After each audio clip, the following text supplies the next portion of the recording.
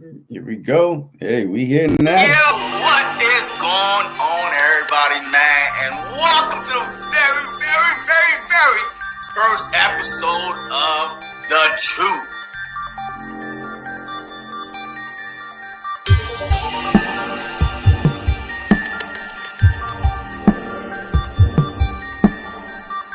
This is why we started this, because of you. We started. I'm tired of listening to your, fantasy that you living in right now. Always talking about 17-0 until proven otherwise. BS.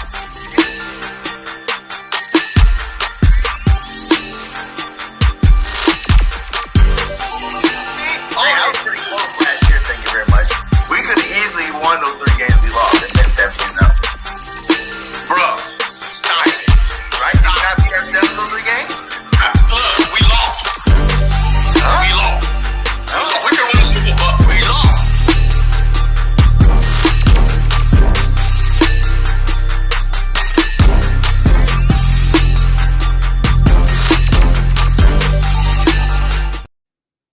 All right. Here we go, man. Another episode of The Truth. Me and BIRDGANG, we back at it again. Big week coming up, big matchup coming up, but we definitely gonna talk about it. But before we, go into the 49ers matchup, let's talk about the Bills game, man. Let's talk about some news around the Eagles, man. Let's go. Let's talk about the Eagles being 10-1. Woo! 10-1, sitting on top of the NFL. Sitting on top of the world like Brandy. Like 10-1, man. Hey, 10-1 is real, man. Like for a team to lose their offensive coordinator, their defensive coordinator, I believe about 8 total players combined. And yes, we have some growing pains in there, but man, just to do all those moving pieces to find us at 10-1 with one of the toughest schedules in the NFL, that is no small feat at all, man. Yeah, we had a tougher schedule. Everybody keep thinking we're going to lose this game, that game. You're hearing teams cry about this and that, refs and all this other stuff, but none of that stuff matters because the Eagles are the best team in football right now, and we're not just like a game ahead of everybody. We're like 2 games ahead of everybody right now. We're the first team to clinch the playoffs, baby. Well, you know what? Hey, the whole playoffs thing, man. I saw something today, man. How we could officially clinch the playoffs if we win. We clinch, right? But then if we win and then the Rams, look, it's always a scenario. But I thought that we clinched last week, man. 10-1, 11 games in. But I guess we did, man. I guess this is 17 game schedule. So I guess if it was 16 game schedule, we would have clinched. So we would have clinched. So whoever told us that last week was lying? Yeah, I guess so. But it is what it is, though, man. Look, we're not missing the playoffs, all right? So we just got to wait a little bit longer to clinch. That's it. Hey, I want to clinch that number 1 seed, baby. That's what I'm trying to do. I told you guys 15-2. I told you guys before the season started, and we are on pace for 15-2, baby. Let's go. We win the next 2 games. I believe we will be able to clinch the number 1 seed. Yeah. Because after that, we do got Seattle. So let's you know what I mean? And we got the Giants, the Cardinals, and the Giants. So, any given Sunday, but we have the perfect group of guys to stay focused. So to not look ahead to Dallas, 1 game at a time. So look, I like it, man. I like our chances a lot. Let's talk about it because everybody thought last week against KC it was the best, one of the best games you ever watched. You know what I'm saying? Like it was epic. But this last Bills game, baby, I'm telling you, on the edge of my seat, trying to figure out what the hell is going on. And the Eagles, we pulled it out, baby. Yeah, hey, look, man, this Bills game had me so freaking stressed out and pissed off at the same time. Like we down by double digits twice, in bad weather again. But I think that this Bills, at least on offense, right? At least on offense, is going to be the best offensive team that we face, like throughout the whole season, because Josh Allen, right? he's probably the best quarterback mobile wise that we face. Big body, you can't take him down very easy. A gunslinger, you know what I mean? Like he was making us look bad on the ground, man. He was getting third downs after third downs after third downs. So I think that this was, on offense wise, our hardest competition that we are going to face, just because of Josh Allen, Diggs, Gabe Davis, Knox. The running game is starting to pick up a little bit. So, in our secondary, we're still working through some things, but offense wise, this was the biggest test that the Philadelphia Eagles is going to face, because Brock Purdy is not going to be running all around the field, extending plays like that. With Dak Prescott, he might, but we already played him. We beat him. Mahomes, he don't have enough weapons around him, at least on offense. But that's why I'm saying that the Bills' offense was probably the best one we're going to face. And they just, switched out their, OC and everything like that. So the unknown factor was there too. So this was a big test for Philadelphia Eagles, man. And, we survived. We survived. So what was the plays in that game that really you think stood out? What was the game-breaking play that you think really stood out? I would say it was probably the Bradbury pick. When he picked that ball, that's when you kind of had that feeling like, oh, it might go our way this time. Man, I don't know, man. I really think it was that Jalen Hurts touchdown to OZ, man. Third and 15, gotta have it. You know what I mean? Like, he's rolling out to the left. He's pointing. He's directing. He threw the bomb. Hyde is a good. He's a good safety now. He saw the ball. He saw the ball coming, but he was so busy trying to find where the receiver was at, and the ball was just right there perfectly. You know what I mean? So that, to me, was the play. But I think that was after the interception, right? Or no? Was it? I think it was right after the interception, yeah. Because even that ball, I didn't think he should have threw it. I was like, what's going on? Like, you see those defenders, you're like, what's going on? And the fact that Ozzy caught that ball, I was like, what? That was like the Alabama-Auburn game this last weekend. That was like the last play of the game, Alabama-Auburn. Yeah. What, Jalen Monroe, right? Yeah, Jalen Monroe was like, he was fine. He was like, go, go, go. He threw the ball. Like, it was a beautiful throw, a beautiful catch. I mean, that's what it reminded me of, man. Like, you notice Jalen Monroe, Jalen Hurts, Jalen Carter, they got some dogs in them, man. Them Jalen's got some dogs in them, man. Like, never give up on plays. Like, they are built different. Them Jalen's are built different, man. Yeah, man. Jordan Davis, dude. Shout out to Jordan Davis. You know what I'm saying? The run stopper of the year. One of the best DTs in the league right now, for sure. This guy chased down Josh Allen. He was like, but he chased him down for sure. And he was that boy tired. He just he gave 100% on when he laid on the stomach, and when he laid on the ground and rolled over, his stomach was. I'm like, look at that stuffed turkey over there. Get up, stuffed turkey, get up. But man, shout out to him, man. Yeah, man, there was a lot of good plays, man. Another game where we didn't see A.J. Brown do too much. He had that touchdown. The yards wasn't there like it was before. But Smitty came up and showed out. It seemed like we always say, whenever A.J.'s not doing it big, Smitty's doing it big, man. Smitty definitely came and showed up and played some good football for us this last week. Yeah, because right now, every team game plan is to stop A.J. Brown. So, and that's fine, because we got another number one wide receiver on our team. So that's the thing about having two number one wide receivers. Just pick your poison. And I'm kind of glad that it's starting to go that way too, because Smitty has been putting in the work, and now he's being rewarded. AJ Brown, as long as he don't get any feelings, we could go 1-2 punch. You know what I mean? Like, just show everybody some love. But Smitty is coming through, man. That ball was not dry.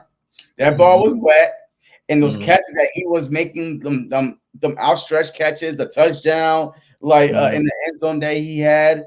But man, that's a good.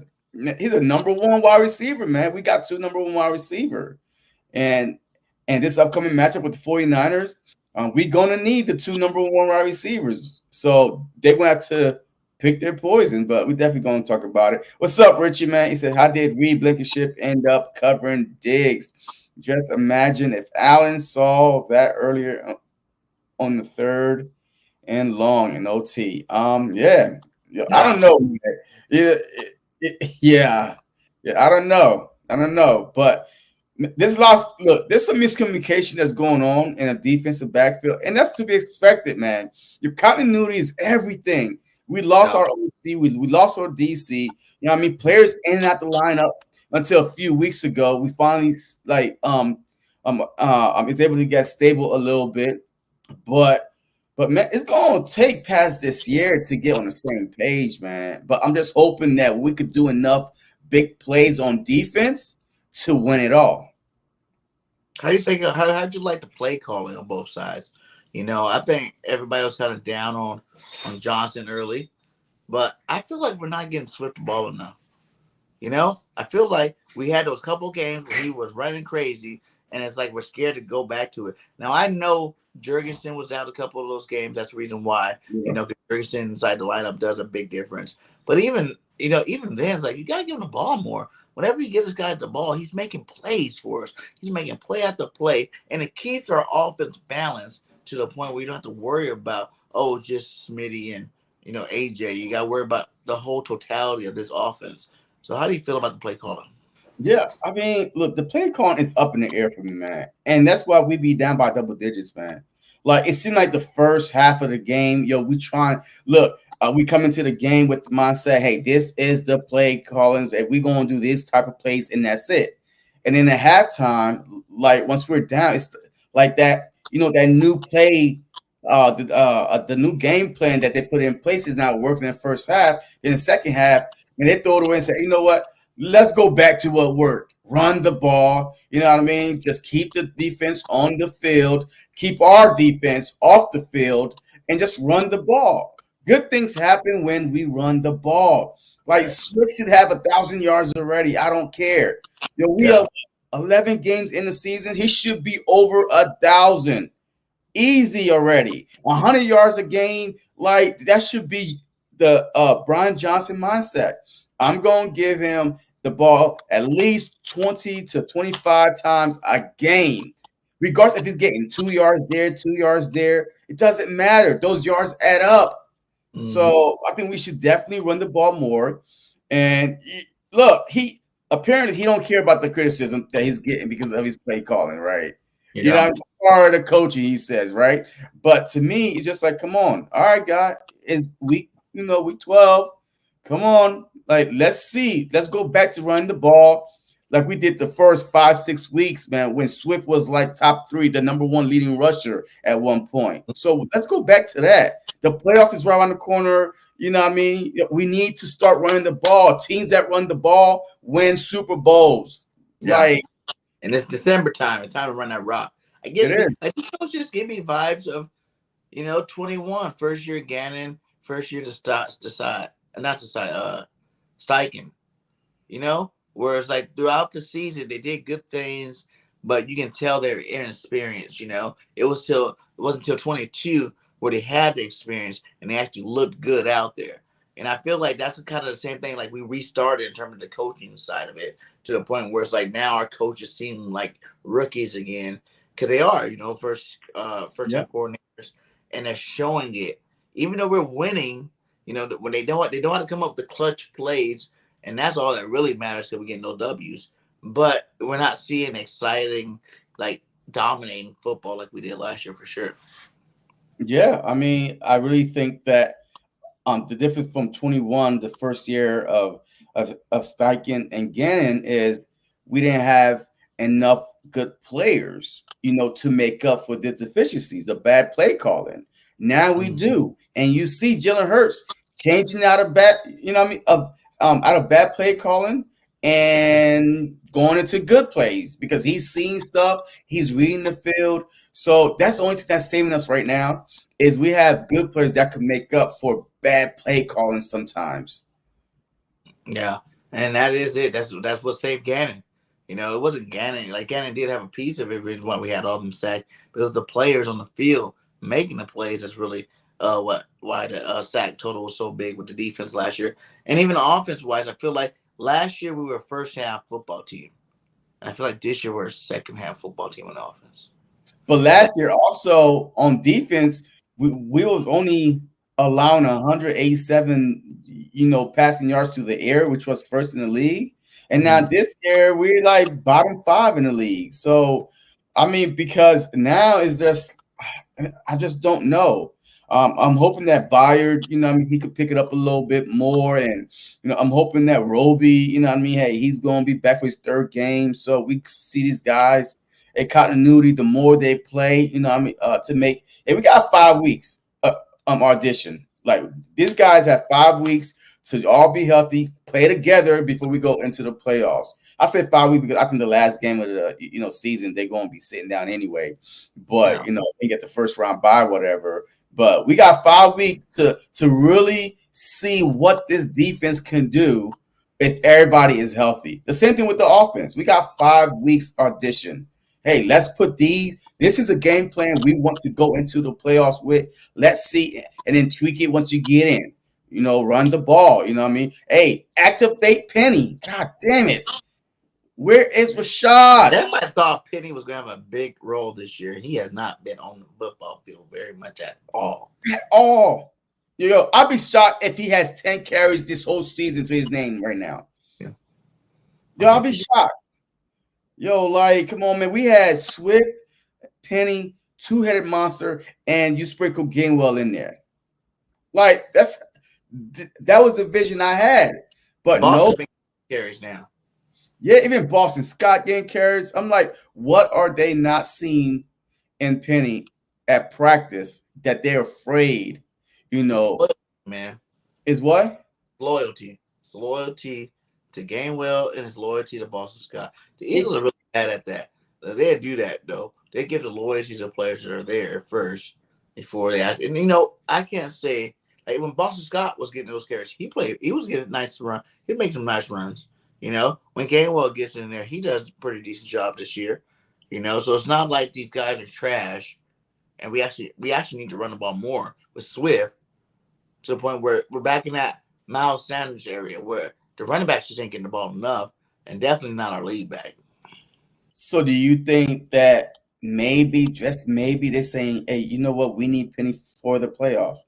Like, we need him for 3 good games, I mean, like, do you think that's what it is? I mean, start at all? I think personally, he was just an insurance plan. Cause both of them were players that got hurt a lot. Yeah. Swift and Penny. So it was like, okay, we're gonna start Swift, but if Swift gets hurt, we have Penny on the roster. And since Swift ain't got hurt, because he don't get enough carries to get hurt, I feel like, and we don't want him hurt, obviously. Even when Boston Scott was inactive, like 2 games ago, man, Boston Scott did not play. Huh? Penny was inactive that game too, wasn't he? He was active that game, but they barely. We saw him like 3 carries. Yeah. So, man, I don't know, man. But Josiah Scott got released today. What does that mean? What do you think that means? BIRDGANG? Man, who could be on the way? I mean, does Howie have an ace under his sleeve? Well, one is, I think we got Goddard's trying to push to come back. And I think they're going to go get Leonard, man. If they were smart, they go get Leonard. Goddard wasn't never on IR. He wasn't. Oh, no, he was on IR. But he was not. They didn't put him on IR. So he was always on the active roster. So that can't be why. Maybe, just maybe, Howie is thinking about Shaq. I hope so. Because what? The linebacker. What happened? Cunningham just went down. Yeah, with the hamstring injury. And then you got to look at Fletcher Cox just got hurt. Yeah, but I think he's coming back. But no, a roster spot, meaning that those guys are still on the team. but we got an empty spot for a reason. I don't know why. I'm hoping is, Shaq Leonard, but who knows? If not, you know what they need to bring back? Dominican Sue. We need linebacker help, bro. Who? Ellis is not here. Lineman. You see what Limbaugh did for Buffalo? He was playing some good football for Buffalo yesterday. We need a linebacker. Why are you talking about every other position besides what? Ellis played good. Nah, man. I'm not putting my playoff hopes on Ellis. Yo, he had one good play when he came in there, boom, and then I ain't see him again. But you see nothing happened against him either. Bro, stop playing. Stop playing, man. We need help. Man. Yo, Morrow and Cunningham, man. Yo, they've been there the whole season, man. They've been playing very, very solid play. No Kobe Dean. Where no Kobe Dean at? On IR. You know what I mean? He's sitting on IR again. So we need help at the linebacker position. I mean, that is our weakest position right now is linebacker, especially if Cunningham can't play. Especially against Christian McCaffrey. You need somebody that's going to go tackle sideline to sideline. That's what's going to hurt us. But we're going to talk about the 49ers. But I'm telling you right now, if we don't have those linebackers, sideline to sideline, out, gone. You don't think Ellis could do it? No, man. No. If he could, then he would have started. Well, it's Dean. Cunningham's only got a hamstring or something like that. Well, I don't know what's going on, but we'll see when the report come out. What tomorrow? The injury. Dean, when is Dean supposed to be back? Man, he just went on IR last week. So that's 4 weeks. Yeah, so more games. So, but before the playoffs, he'll be back. Nah, I don't think he's gonna come back because it's a foot injury. So that's probably the same foot that put him on IR the first time. And now he came back for a game and a half, maybe 2 games, and then a foot injury again. Probably the same foot going back on IR. So why risk it? And have him come back again. His foot, man. You might as well shut him down for the season and just hope that Cunningham is good. Okay, Morrow, Ellis could, come play. Hell, put Nolan Smith at linebacker. God damn it! You know what I mean? They did talk about that. I don't know why. Well, and if anything, hey, put Nolan Smith at linebacker. Hey, try him out. Something. Yeah. Or go to a 3-4. Do something. Do something, but do not go in there, son. Ellis is the answer. Ellis is not the answer. For now. Not even now, because we're about to play the 49ers, Dallas, Seattle. All right, those are our next 3 games. What is now? But out of all those 3 games, out of all those 3 teams, who had the better offense out of all those teams you just named? Who had the better offense? All 3 teams I just named? Just played against the Bills.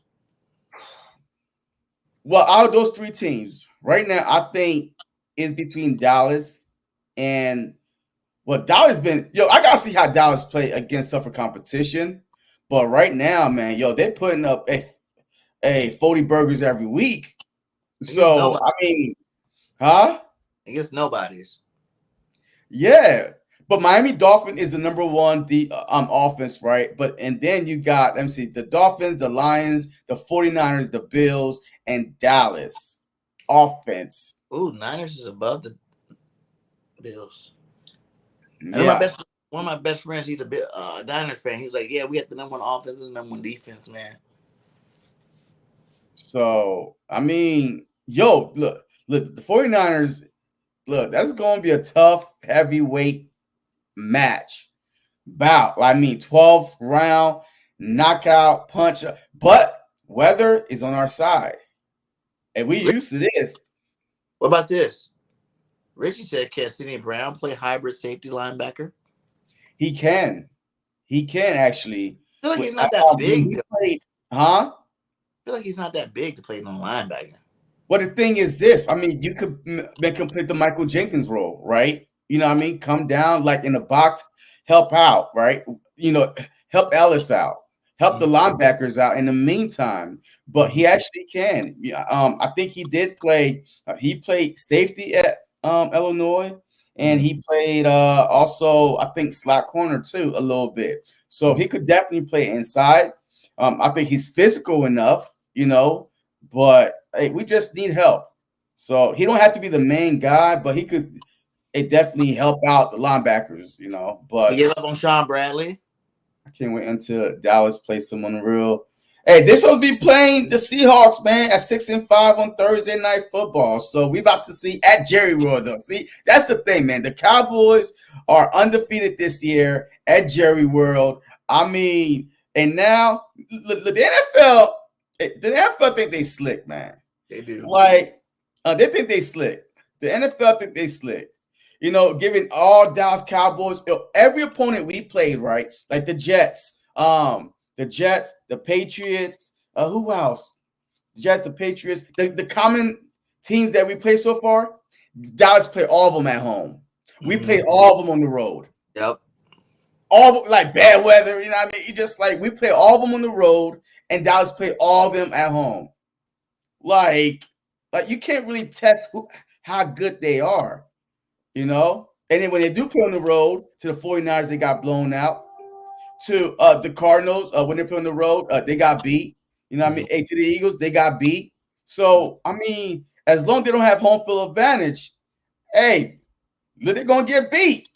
Because they can't, As long as they play a team over 500, they're going to get beat. I mean, the Seattle Seahawks are 6-5. All right? They're about to play at Jerry World. So we have to see 6-5, but I do like the Seahawks defense though. I do like Witherspoon. I think Jamal Adams, right? He's back, so I do like their pass rush a little bit. So this might be a little bit tougher defense, but I still think Dallas is going to win. You know what I mean? But you might see Dak throw a pick. So lose though. Why do you want them to win? But of course, I don't want them to win. But I mean, that's common sense. But I do think, look, they're going to lose against the Bills. So they already got 3 losses. So that's 5 losses right there. I think they're going to lose against the Bills, man. At Buffalo and then at Miami, at that speed that they have, nah. I think they're going to lose both games. Buffalo and Miami. Yep. Back-to-back weeks, too. Miami, man. But Miami Lions. Miami, another team that can't beat teams over 500. Hey, look. Hey, 2 teams. Well, by that time, they both should have played teams over 500. So, hey, we about to see, right? Because the Cowboys play us. They play the Seahawks. They play the Eagles, the Bills, and Miami, and then the Lions. So they play in the next 5 games are all team over 500. So hey, look, they're about to get tested. We already battle tested. And that's the difference between the gauntlet, right? The gauntlet that they're about to go through, or the gauntlet that we are. We are the gauntlet, right? Yeah. We are the gauntlet because we've proven to beat 5 teams with winning record over 500. 5 teams so far. So they had 0. So they don't know what the gauntlet feels like. Like they don't know the adversity of, you know what I mean? But I told everybody from the jump, man, like all these teams that they call our gauntlet were teams we would have beat last year, I feel like. And I don't feel like they're better football teams than us as a whole. Like I don't see why it's that big of a deal because there are teams that usually have winning records is why everybody's usually, all up and enamored about these guys. And like, yeah, they were, the Cowboys made the playoffs last year. Niners made the playoffs last year. Chiefs obviously won the Super Bowl. Buffalo made the playoffs last year, right? Buffalo made the playoffs. I see the whole Seattle. Miami made the playoffs. Miami, Seattle both made the playoffs as well. So I see that part of it. But they're not like, I don't feel like none of these guys are better football teams than us, man. Like, I knew we were going to win these guys from the jump, man. It's like, we just beat Patty Mahomes, the best quarterback in the league, besides not named Jalen Hurts, And then you just got Josh Allen, who just played a lights-out game. Like, he could have played a better game. You know what I'm saying? Like, that was the best, probably one of the best games he's ever played. How many yards he had? Like 450 yards against us. You know what I'm saying? He was torturing our ass. like through the air, on the ground. It doesn't matter, man. Yo, he was torching us, man. And that's my problem. Yes, none of these teams are better than us, but guess what? Right now, like we could be beat too. Like the only thing that's saving us is Jalen Hurts. That's the only thing that's saving us right now. You know what I mean? But we can't get behind. Yo, we cannot be behind by double digits because of bad play calling. We can't. We cannot. We cannot go into the 49ers game and be down because of bad play calling. If you call the play, look, call the game the second half from last week, and it will be up. But we've already done it against like the best in the league. So we can't technically say, listen, what was that year? The Giants, right? They did that. Where they were a semi team. They were not blowing out nobody that whole year, but they still won the Super Bowl. I don't give a damn if we blow out nobody. I don't give a damn if we're down at halftime. If we pull out the W like we've been doing, that's all that matters at the end of the day. I feel like people keep saying that it can't be done, but we keep proving like I think they said that we were the first team to go, be down at halftime and won 4 straight games like that, So it's like it can't be done. Like I feel like we can win any game on Jalen Hurts playing. I can't give you his stat line. I can't give you our stat line. I can't say it's gonna be a pretty game. I can't say nothing, but the game's gonna get won if he's in that football game. Yeah, I mean, I agree because we've seen it this year. Yeah, we've seen it a lot of times this year. But sometimes, look, that game on Sunday, I was frustrated with Jalen Hurts. I live tweet a lot. I'm like, come on, man, Jalen Hurts is playing like ass. Like, he looked like, instead of throwing the ball, right? He's running out of bounds, right? He's looking. I'm like, okay, he's about to throw it away. Oh, no. He ran out of bounds, 3 yards out of bounds. Like, is he afraid of his stats being jacked up or something? Like, I'm like, now that stat go against your offensive line, right, which had nothing to do with it. And what are you doing? Just throw the ball away. You know what I mean? Because as long as you're out the pocket and the ball go past the line of scrimmage, you're good. You're good. Throw it away. I'm sick of tired of him just running out of bounds with the ball. And now you lost 3 yards. And we're struggling to get 5. And now you lost 3. So that was his first half performance was piss poor. Man, I'm gonna keep it like he played like butt the first half. Like Jalen Hurts, like he played like ass the first half. Like you think it's just a play calling with Hurts? Huh? You think it's just a play calling? Well, obviously we got the weapons. Well, I don't know. I think that Hurts needs to get warmed up. Like these games that I'm watching, like the first half or so, he looks like, he's a little cold, right? And then halftime he come out hot. So I need him to start off hot. And that comes with play calling, RPOs, run the ball, bootlegs, easy passes like that. And now he will start warming up. And now we won't have to be digging ourselves out of the holes every game. Do you think we moved too far away from the RPO game? Yes, we have. I feel like we should still be using it a little more than what we do. The last game, I think that's what came at the end of the game last week was what started working for us was running that RPO. Yes, RPO. Yes, absolutely.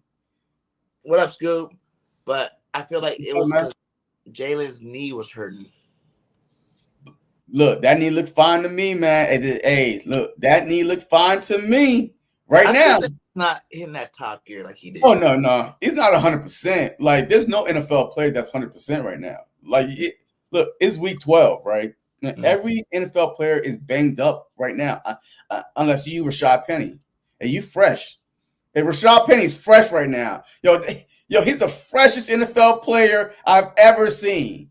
You know what I mean? Rashad Penny is fresh. But yeah, but it is what it is, man.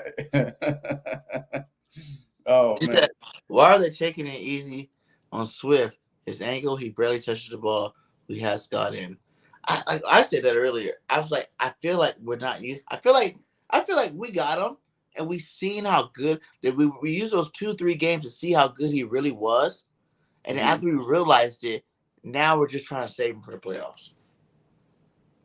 Look, I don't agree with saving him for the playoffs. I agree in, give him, okay, look, fine. Give him 10 touches in the first half and then 15 in a second, right? You know what I mean? The more he touches the ball, we get the lead, and he could bleed out the clock. And then you put in Boston Scott, Gainwell in there, but Swift needs to have at least 10, 15 carries, well, about 10 carries in the first half. I feel like they cut him out in the second and third quarter. Yeah, they do. Yeah, that's not good. No, it's not. Like, if he's having a negative effect on the game, like it seems to me, whenever the man's touching the ball, he's doing big things. Oh, yeah. He falls forward, period. Even if it's not there, he get positive yards. Like, he's not Miles Sanders, right? He's better than Miles Sanders. He's more shiftier. He's more quick. His vision is way better. So every time he gets the ball, he at least getting something. You know, he helped us out a lot. The O-line, hey, that one play that got us all the way down to like on the 10, 15-yard line before Jalen Hurts ran the touchdown in. He started to go right behind the left guard, and then he saw the tackle coming, and then he bounced out. He bounced all the way out like this on wet condition, on wet field. Yeah. So I mean, he's very, very good, but it's going to be on Brian Johnson, man. Like, what is your game plan? Like, I don't know. Let's talk about two people that we got to worry about playing this week. And that's one, Dallas Goedert. He said he's pushing the play.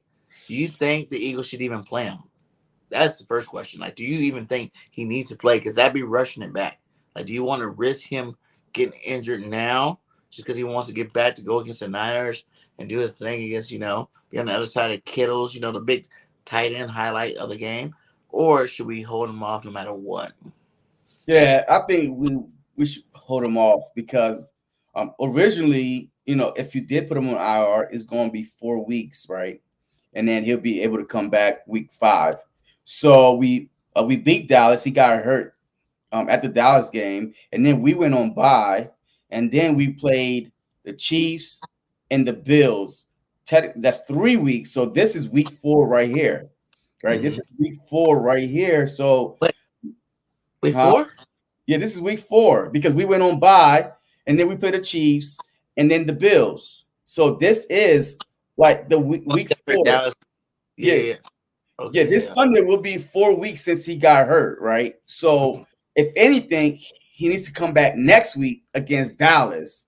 The team that hurt him and put a hurt on them. You know what I mean? So I would feel more comfortable if we hold him out. We have enough tight ends, man.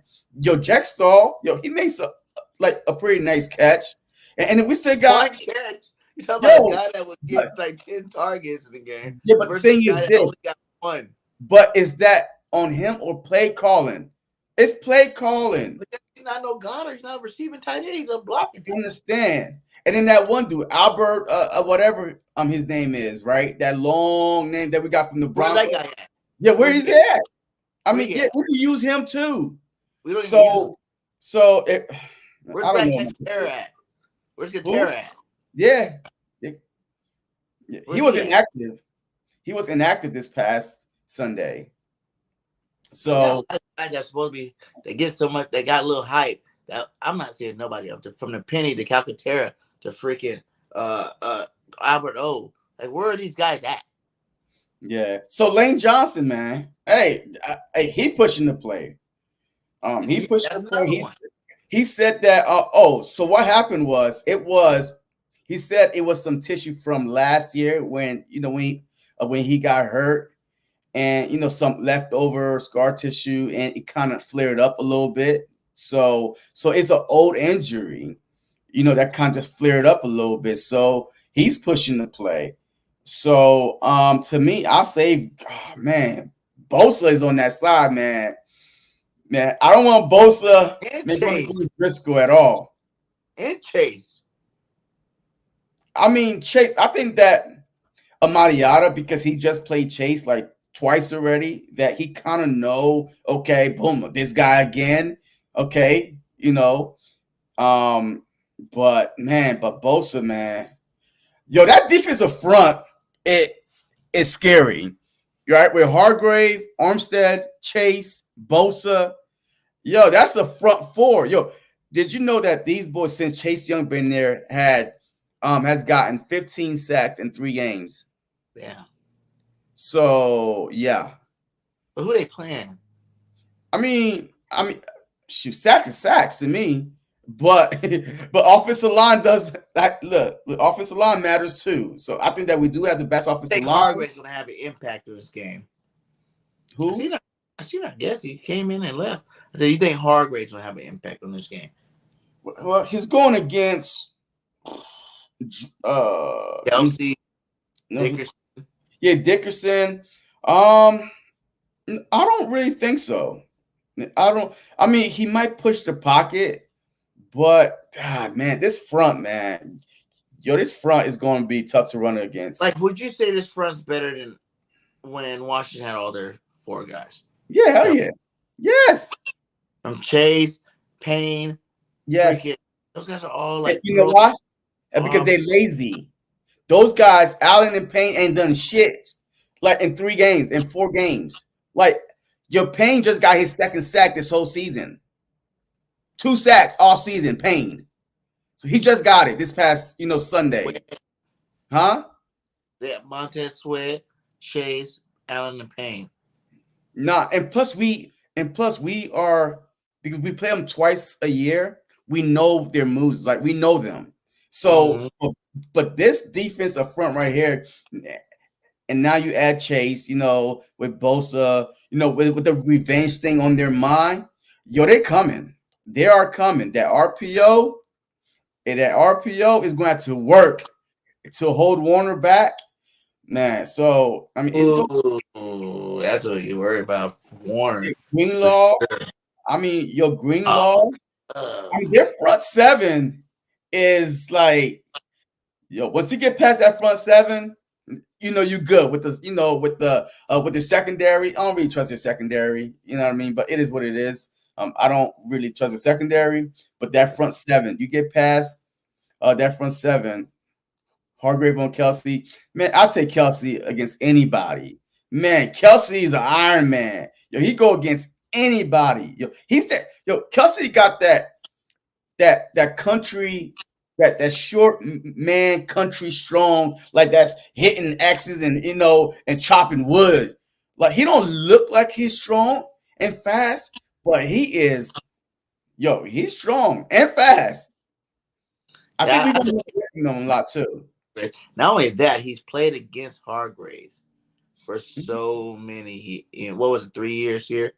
Hargrave was here for about 4 years, I think. 3-4 years. So it's not like he doesn't know Hargraves' moves. So I'm not really worried so much about that one. But what about the Bosa Johnson? If Johnson does come back and he's a little nicked up, the Bosa Johnson gave up sacks still. Every time you think he did, there's a report to come out and tell you why it wasn't his sack. I was like, he gave him a sack. Like, actually, technically speaking, it was a push off, where he was supposed to pass it up, and it was not a Lane Johnson sack. I was like, damn, niggas undefeated. I can see the way you doing, he might not ever get a sack. Yeah. He might go sackless for 20 years. And just give it to the next guy. And give it to the tight end that's supposed to chip. You know what I mean? Yeah. But see, last year though, remember last year, Johnson had his whole nutsack hanging when he went against the 49ers, right? You know what I mean? Right. And he held Bosa in check last year. So he did help Bosa in check last year. He was hurt when he played against the 49ers last year, and he held him in check. So I think he'll be fine, but we might want to chip a little bit. You know what I mean? Just a little chip, little tight end. Look, Jack Stahl, boom. Just, chip him a little bit and go out to the flats. But we just said we don't want either one of them playing, really. Yeah, I mean, that's the thing. Do you think we could beat the Niners if both of them don't play? If Goddard don't play, yes. But Johnson, this is a thing. If he doesn't play, you have to leave a tight end in. You have to leave a tight end in every play. Or the best way, treat him like Micah Parsons, right? Run towards his side. Like Yo, he gets tired now. Bosa, I'll be seeing him take a lot of plays off. Bosa be getting tired. He's not no Max Crosby that never gets tired, right? Yo, Max Crosby, yo, you saw his knee? Like he showed on Twitter that his knee was like this big. He had an infection in his blood. Yeah, Max Crosby. He played against the Chiefs on a bad knee. Like he had to go to the hospital real quick. They sent him to the hospital. Did a whole bunch of tests on him. He had an infection in his blood on his left knee. So I mean, that thing was like this big, man. No lie. He was talking about it on Twitter, but yeah, hey, look, treat Bosa like Micah Parsons, just running his way, and then he gonna get frustrated, he gonna get tired, and then you know what I mean, like he gonna feel defeated, you know, like these guys like Bosa and Parsons, that when they don't get no sack or when they like chasing from behind, they start getting mad, they start just not being the same type of player as a Myles Garrett, as a Max Crosby, you know what I mean? Like with that high motor, like they don't have high motors. Yeah, Bosa, yeah, he's doing good this year, but he's not really doing. I'm not really. If Johnson doesn't play, you know what though? I will say this though about Driscoll though. Driscoll, whenever he gets thrown into the game, he always is a suspect, and he didn't play that bad last week. But when he has a week to prepare, knowing he's a starter, he usually plays a lot better. Yeah, and I like him better at tackle than I like him at guard. So I don't know. I think and then with help, you know what I mean? Look, you still could chip though. Like if Nick Sirianni says, "Look, man, you know it's our fault. We should have, you know, got him some help." Whenever you know he was thrown into the game, but yo, I do agree with you. Like he's been playing quite a lot this season, more than you know he's supposed to, because Lane Johnson been out a couple games, and he come in for Jurgens too. Like, yeah, well, against the Jets, the Jets when Johnson and Cam was out, he was getting his ass whooped. Yeah, he was. He came in all right. But you got like even last game, like he didn't play that bad last game, and it was a last minute. What they found out that day, he found out that day at what 12 o'clock or something like that he's gonna play. Yeah, but what are you doing throughout the week? What are you sitting on the sideline like this, watching? You know, take all the reps. You've been in the system though. He's been in the system for 3 years. But Kelsey did say he got a lot more reps. But you got to realize he's got to go guard, tackle. Yeah, that's the thing too. He tackle, but they make him play guard, tackle to the point where Kelsey said earlier in the season when he had to do it, he was switching back and forth. So that's probably why he didn't look as smooth. But he said he has been getting all backup tackle reps this last week leading up. But even still, come on, dude. If you think Lane Johnson playing, you know what I'm saying? Like you're not. I mean, if Lane say he's playing, hey, he's playing, man. Because I think if he thought to himself, man, yo, I'm really gonna hurt the team, he wouldn't play, right? He would not play. You know what I mean? And even if he starts playing and he said, nah, coach, hey, I feel uncomfortable, like he'll tell you, like, you know what I mean? So I trust Lane when he say he's gonna play. After last year, and he played in a Super Bowl with the bag, you know, nutsack hanging out, all that stuff. You know what I mean? So I think if he said that he wants to play, I'm pretty sure he's going to play. But how long he's going to play, I don't know.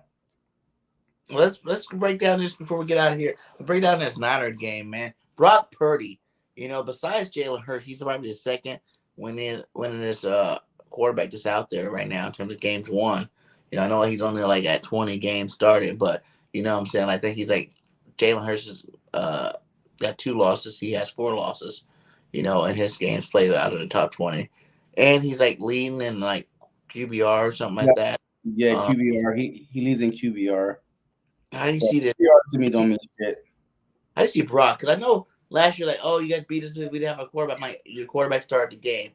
How do you see this year being any different? Do you think that we can get to Brock Purdy and mess him up like we did last year when he was on the roll?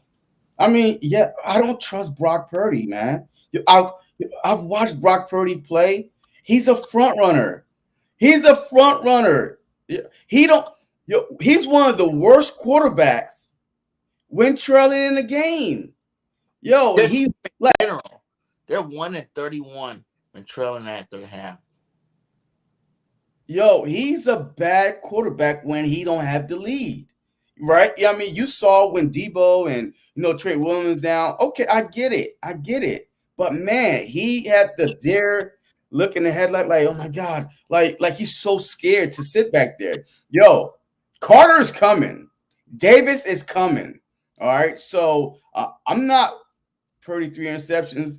I'm not worrying about Purdy staying like in the pocket. He's not. He's gonna have to escape the pocket. And that's why I said Josh Allen was the best quarterback overall with his skill set that we was facing. And you saw what he did to us last week. That's not going to be Brock Purdy. Brock Purdy is a time quarterback, a system quarterback. Like somebody said, no, who said it? Yeah, it's a system. He is boom, boom, boom. If he's not there, he might think about running out. By that time, he's on his back. Josh Sweat, you know what I mean? Reddick, Carter up in the middle, Davis, Milton Williams. He's not going to have time to throw and carve us up like he do other defenses. I told him too. Remember before he played us last year, he was carving them up, right? But he didn't get that time against us last year. And I don't care if he doesn't get hurt on that throw, but he still would have got sacked all them times. You know what I'm saying? We knocked out 3 quarterbacks that game. It's because that offensive line versus our defensive line. That defensive line can hold up. I mean, that offensive line can hold up against our defensive line. And I know we got a couple of different pieces. The only pieces that we're really missing on defensive line is Hargrave, who's on the Niners. But we got Jordan Davis and Jalen Carter, so that should make up for Hargrave right there. We still got made more for Hargrave. Reddick coming. We still got those same Bulls coming against that same offensive line. So I don't see how they can see. And now Nolan Smith time. And we got rid of Derek Barnett. So now we start seeing Nolan Smith is playing more. BG, he's still making key timing sacks and turnovers. So I think our defensive front is better than he was last year. Last year, we ran for help. We went to Walmart and got Sue and Linval Joseph last year because we could not stop the run. This year, we fixed it in-house, and we still got the dogs on the outside. Sweat is better this year. Reddick, he's a Reddick. So, and now we got Nolan Smith because Barnett is gone. And that's why they got rid of Barnett, because now people was asking, where's Nolan Smith? Where's Nolan Smith? And he is a dog himself. He almost got sacked on Josh Allen last week if he wasn't getting held and thrown to the ground. So I think our defensive front is better, is our secondary. So now if we could get to him if we could get to Brock Purdy in 2.5 seconds, he's going to throw picks or get sacked or tip balls or bad things is going to happen. He's not going to be able to extend the plays like Josh Allen or a Dak Prescott. I feel you on that one. That is something good he just said. For the other side of the ball, Eagles know all of Hargrave's weaknesses too. That's facts. That's going to be good. We're going to definitely use that, especially Kelsey. Kelsey knows all his weaknesses, and he's going to use all of them against him. I like it. But back to this slide. Only one is Trent Williams. You said, wasn't he out for a couple of games? So he just came back from injury, right? Yeah, he's back. He's been back the past. Dan Orlovsky, you know him, right? The get up guy that ran out of bounds, the quarterback from Lions. But yeah, so he said that the 49ers have not lost a game when Brock Purdy, Deebo Samuels, Christian McCaffrey, Trent Williams play. They have not lost a game yet. They're undefeated, and they're all playing. Undefeated, never. They have not lost a game since Brock Purdy and the quarterback. They got 3 losses this year, right? They got 3 losses this year. They're 2 behind us. Okay, so they had 3 losses. That means one of them didn't play in all those games. 2 of them. Deebo didn't play. Well, Deebo got hurt, and Troy Williams got hurt, and they didn't play in I think 2 games, and they lost both games. I mean, all 3 games that they lost, according to Dan Orlovsky, that they are unbeatable when all their weapons is there. They are unbeatable. So We're we got unbeatable at home, so huh? I said we're unbeatable at home. So this year, so let's see what they got. You know what I'm saying? Let's Yeah. go. Okay, so who gets the edge? Purdy or Hurts? Hurts Purdy has better numbers. Hurts wins more games.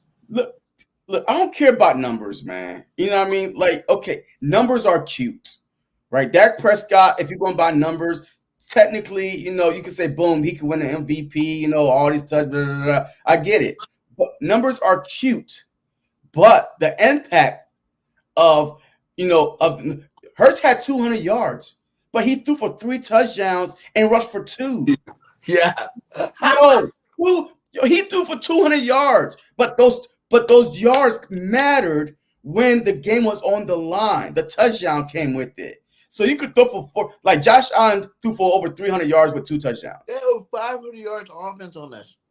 Yeah, and Josh Allen threw for 2 touchdowns, right? First threw 200 yards, 3 touchdowns, and ran for 2. So yes, the numbers are cute, huh? Allen had 4 touchdowns, didn't he? No, he had 5. Who? Allen? Mm-hmm. Allen had, I think, 2 rushing and 2 passing. Yeah. Yeah. So, I mean, quarterback do that against us. So, I mean, we better not. So we better not. What about the running game? CMC is leading the league in rushing. Okay, so I'm going to give the running game to the 49ers. Only because, one, we don't run enough, right? We don't run enough, but C-Mac is a utility tool, right? Yeah, he could do everything. Like, he probably could even throw the ball. He could throw, he could run, he could catch, he could do this. And then he's so hard to get down, man. I used to watch him play in Stanford, right? I think he went to Stanford. Yeah, I think he went to Stanford. If he wasn't, I'm about to say something. That probably going, okay, if he was a brother, he probably would have been the first running back drafted, maybe number 1 overall. He was good. Yo, I'm telling you, he is good. Yo, he's very, very good. Daddy played in the league too. Yeah, I'm telling you, but he is good. So I'm going to give the edge to him, because I've seen him play a lot. Yo, I've seen him put ridiculous amount of numbers. Like, man, he run physical. He's a bruiser, a shifty bruiser type back. And he could catch like a mug. So I'm going to give him. Yeah, I'm going to give him the same. And we're saying Swift don't get enough love, enough touches. Yeah, but Swift though, his problem is he drops balls too. Like, he's not a great pass catching running back. And I mean, he could catch the ball. So far we've been lucky that he's really been catching the ball. But yeah, C-Mac under 100 yards. We'll have more receiving. Under 100 rushing, we'll have more receiving yard. He's more like the LaDainian Thompson type guy. Huh? He's more like the LaDainian Thompson. Where you can get a rushing game out of him, or you can get a passing game out of him, or you get a little bit of both. Yeah. I mean, yeah, I can see that. So I give the running game to them. Okay, receivers and tight ends. Kittle. Aiyuk has been playing balls out this year, for real, pause. Like, that is one guy that I did not expect to play as good as he's been playing this year. And I don't know, like, people, my buddy was like, Deebo's still having a good year. But I haven't really seen too many Deebo Sanders highlights. He's not. To worry about Deebo. He got 1 touchdown. Deebo got 1 touchdown this year, at least receiving. So I don't know if he has rushing touchdowns, but Deebo only got 1 receiving touchdown. Like, he only had, I think under 400 yards receiving. So he's not having a good year. And he's been hurt too. So he hasn't been targeted because Aiyuk is taking all the targets now. Like you said, Aiyuk, that's a surprise to me. Yeah. But he became, their best wide receiver on that team, because he's a pure wide receiver. Deebo is a do-it-all, right? But with that comes with a whole bunch of hits and you get injured. But Aiyuk is a pure route running wide receiver. And Kittle, man, he's going to be Kittle. He's going to do his thing. But if you try and say who has a better wide receiver core, The Eagles. I'll take AJ Smith Just and add tight ends. no, I'm not adding tight end yet because we lost the tight end battle. So it don't make no sense because Goddard ain't playing. If Goddard plays, how about that? I mean, well, he's coming. You want to do that separate? Let's do that separate. Let's just go receivers. So we're going AJ Brown and Devonte Smith versus Deebo Samuels and Brandon Aiyuk. That's no brainer. I mean, it's the Aiyuk got more yards than AJ. Who? I think Aiyuk. Nah, I don't think so. AJ is over 1,000. Like AJ is at 1,066.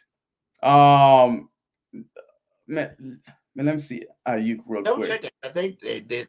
Someone told me that. Yeah, more yards than. Let me see. Aiyuk has 881 yards. Get out of here. How many touchdowns? Aiyuk. Let me see. How many touchdowns he has?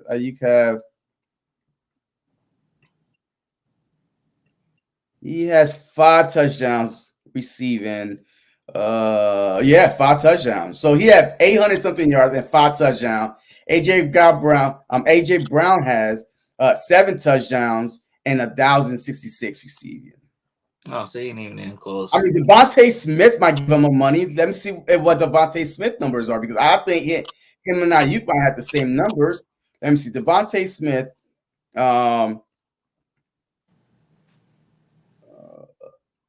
Devonte Smith has 738 yards and 5 touchdowns.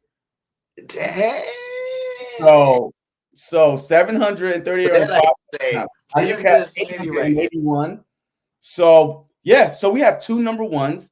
So absolutely, I'll pick our wide receiver. What Deebo got? Just as you're looking. Deebo has let me go back and his rushings too. Let me see. Deebo. As a matter of fact, hey, what's Deebo government name? Tyshawn something. LB tweeted out.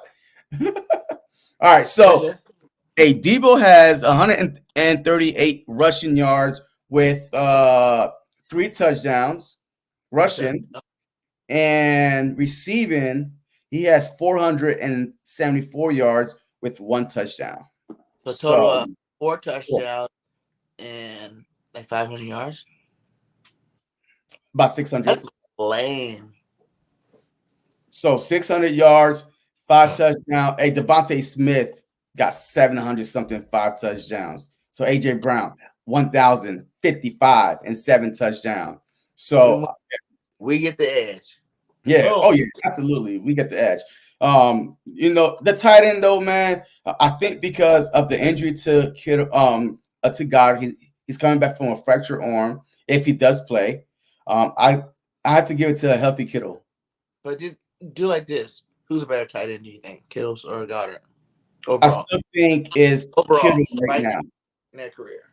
Yeah, I still think I take Kittle right now slightly over Goddard. Slightly. But now like next year, right? Because Goddard, to me, he can't stay healthy. Every year he's on IR or he gets hurt. Like last year, he was out for 4 or 5 games last year. We went 5-0. They cheat on him. What? Like, remember what happened last year? The face mask to the ground. Yeah. And what do you think happened? Forearm did a karate move on his arm to break it on purpose. Yeah, I wouldn't say he did that on purpose, man. Like if you're a DB and you chasing a guy, how could you take him down? How could you tackle him? If you're a DB and this dude is man giving you the Heisman, man, how you gonna tackle him? How? But you don't freaking grab his arm and put your whole body weight on his arm. How are you tackling? Okay, well, tackle me, BG. Tackle me. Hey, I'm running. Like, how you gonna tackle me? How else? Bro, like, come on, man. If you play football, man, I expect better knowledge from you like that. I ain't never seen nobody do that move to nobody ever. The thing is this. You know what? Derrick Henry stiff arming people all the time. You ain't never seen no one do that to Derrick Henry's arm. Derrick Henry is he punished people. Look, he pushes people. He stiff them. People don't grab his arm. He grabbed them and get out of here. Goddard does that too, though. Nah, look, all seriousness, I don't think he did that on purpose because after you watch, like he like yo, and Goddard is running full speed. He's a big boy, man. Like hey, this DB man, was probably like 190 something pounds or maybe 200. Your Goddard is like 260 running, big dude, full speed. Like you can't like I don't know, man. Yo, I didn't see anything that was too dirty about it. I'll be the first one to say, hey, that was a dirty, That's how you would have tackled him. Huh? That's how you would have tackled him. Well, I would have tried to get him to the ground. I mean, I'm not saying, oh my God, hey, man, he might get hurt. Let me assess the situation. The dude is running for a touchdown on me. He's running on me. He about to embarrass me. Yo, I'm gonna tackle you and whatever. So, but if he had did something like trying to break his finger, hey, he was like this, trying to break his finger. He was literally trying to like come here, like he was like come here. You know what I mean? So he was trying to pull him like this. So that's why I don't agree. Yeah, but see, look, and this is why the NFL is going to go to flag football pretty soon, because now they're talking about that they are going to look at you can't tackle a player from behind because you might land on his knee, right? Who got hurt? Or Mark Andrews, right? But they already have that rule, right? No, like you can't tackle him like if he's running, it's going to be hard to tackle him from behind because his Achilles or his knee might get injured because of Mark Andrews. Remember when he got injured a couple weeks ago? Rules in football, okay? We already got enough of them. Yeah, we do got enough rules. As a matter of fact, that's the same way that Tony Pollard got tackled, right? Against the 49ers in the playoffs and broke his leg. So, but that happened once, like maybe once. I don't know how often that happens because last year, I only seen it like one time, which was Pollard, and then this year, Mark Andrews, right? So I don't know how they expect people to tackle anymore. I don't know what's a catch, what's not a catch anymore.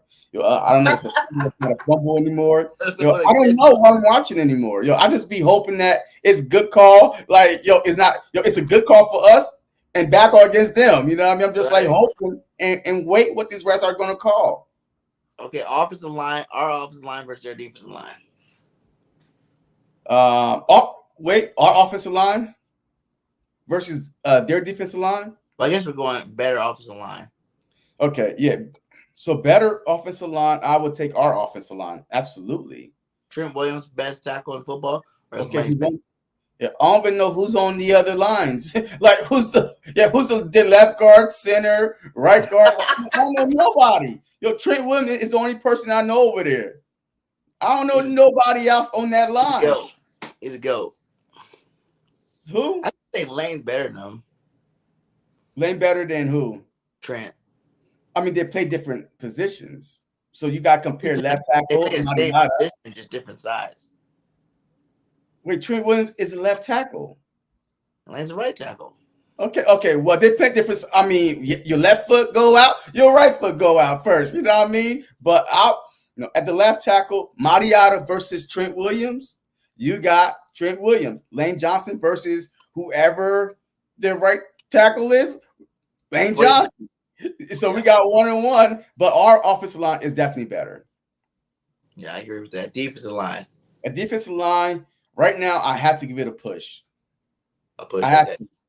Yeah, I gotta give it a push because adding Chase Young was. So wait. So you're going because we're not really saying Reddick's on our defensive line, right?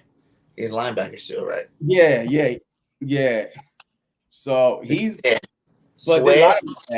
Sweat, Davis, Carter. Who starts? But BG is but we don't want a traditional 4-man defensive line, like you know what I mean. Like you add Reddick. It goes to Sweat, Reddick. Okay, all right. Let's put Sweat, Reddick. Carter and Davis. You know what I mean. I'm going to leave Cox out. Yeah, I cannot play. I'm going to leave Cox out. Versus Armstead, Bosa, Hargrave, and no, there's one more. Chase. Oh, yeah, Chase. See, I say, oh man, I want to say ours just slightly because Chase to me is not. Chase is not better than Reddick at Chase better all, than Sweat? or Sweat, I don't or think he- Sweat. So I would not pick Chase over Reddick or Sweat. What about this And one? Bosa or Reddick? Reddick, Bosa, man. This year and last year, I'm going with my guy, Reddick. Yes. I'm going with Reddick, man. Because Reddick don't take plays off. Reddick, he don't take plays off, right? He doesn't take plays off, and his sacks, his fumbles are key moments, game changers. Bosa just like Bosa could go a whole game, nobody say his name. Like nobody say his name. He's not getting to the quarterback. He's not affecting anything. But Reddick, you have to man. Look at Reddick. Oh my God, Reddick almost got it. Oh man, you know what I mean. So I'll pick. What you got left? We just said Sweat's better than Chase. Reddick's better than Bosa. Yeah, I give us the edge. Hargrave's better than. I think Hargrave is. I think right now just pure off of experience. The Armstead better than Carter. I would say it'd be the other way. It'd be I take Carter. Jordan Davis, Carter versus Hargrave. Woo! Carter versus Hargrave. Man, no bias. I'm picking Carter, man. Like because one, he's faster, younger, and triple teams as a rookie, right? And he's still impacting the game. Like, man, you saw that one move he did against the Bills. Him and Jordan Davis together almost got a safety, right? Yeah. Like, oh man. And then Armstead versus Jordan Davis. I mean, push. Yeah, push. I gave us the edge on the defensive line. That means we get the edge, right? Yes, I give us the edge. Linebackers. Who's our linebackers? I don't even know who our linebackers are, man. Hey, Greenlaw. Hey, Warner, Greenlaw, have it. Hey, get it. Get it. Hey, they got the linebacker one. Hey, I'm not going to fight. Y'all, look, man, I'm about to throw in the towel for the linebackers. I'm done. Yeah, they got it. Hey, Warner by himself. You don't think Murrow is better than Warner? BG, hey, don't make me call the cops and have them drug test you, man. Hey, I will snitch on you right now if you say something like that again. Yo, I will snitch on you. Over here. You must be smoking that good over there. Man. You got that in Bama. Look, you could take Greenlaw away, and Warner by himself is still better than our linebackers. You think Greenlaw's better than Murrow? Yes. Both of them are better. We got them off the streets. We got Cunningham and Morrow off the streets, man. Yo, we got street ballers. Hey, they got all pros at linebacker. We got people we got off the streets on the corner say, hey, do y'all want to play linebacker for the Philadelphia Eagles? Like, okay. Score That's the linebacker. They gotta win something, I guess. Let's go cornerbacks. Slay versus Ward. Slay versus Ward. Oh man, this is tough, man. This year though, man. But this year, what is Ward still on the team? Who's their DBs? Wait, let me see something real quick. Is it Ward? Who is that start? No, it wasn't Ward, huh? Oh yeah, they got Ward. Yeah, they got Chavarius Ward? Chavarius Ward, yeah. Ward. Ward. Yeah. And then you got Isaiah Oliver, Tayshawn Gibson, Ambry Thomas. Yeah. This one right here. We got Slay, Bradbury. Yeah, I take Slay. Yo, I take Slay, man. But man, he's frustrating me this season. Do you get frustrated watching Slay sometime this year? But he hasn't really gave up nothing, really. Yeah, because guess what? the ball or getting overthrown. It's not him. Multiple games, man. I'm like, what the fuck? And Slay's like behind. I'm like, oh man, thank you, Jesus. That quarterback stinks. Yo, do you know Bradbury been worrying me more than Slay. You know who was covering Gabe Davis on that last play when they did the cover 0 on Sunday? Bradbury. I think it was Slay. When he was. It was Slay. It was Slay. If the ball gone, game over. But to his defense, he had the right leverage.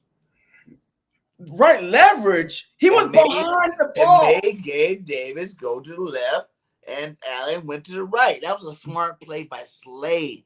Bro, BIRDGANG. Stop it, man. Yo, it's a hot route. Yo, it's a cover 0, and he guessed wrong. And if he had he guessed wrong. Stop it. But I'm just saying, Slade is a very smart corner. Yes, he is up there in age now. He's a little bit slower. Even he'll say it himself. But he's got, people got behind him a few times this year, and only because the ball was overthrown that he don't have at least 4 touchdowns on Slay. I'm telling you right now. I watched, at least 4. I count at least 4 times that the ball was. but wasn't that zone? No, it was a cover 0. I remember watching something where it was like, that last play was a cover 0. Everybody, mano a mano, send the house. So, and Gabe Davis went straight by him. Like, look, our corners this year, Bradbury, he been pissing me off this year. Slade been pissing me off. Like, it seems like our whole secondary, the older guys, their play decline. Right? Blankenship is good. You know what I mean? Roby barely plays, but Blankenship, and now we got fired, and he's going to learn the new system. Last 2 games, Roby played good. I'm giving him that. Who? The last 2 games, Roby played good. Yeah. And Blankenship, man, I love the fact that he's not going to go tackle. He said, Hufanga is out for the season, so you can't even make that comparison. Is he? Yeah, he's out. He's done. So I'm taking our safeties, but the thing is, play calling matters, man. Continuity matters. What about the cornerbacks? Huh? What about the cornerbacks? You only named Tavarius Ward, my guy.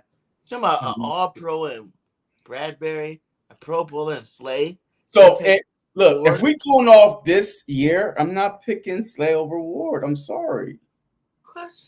If we're going off this season, man, watching the games, this year. Like, I haven't been doing a lot of play-by-play, so I'm able to focus on the game more. And it's just like this season, I'm a little disappointed this season in our DBs, man.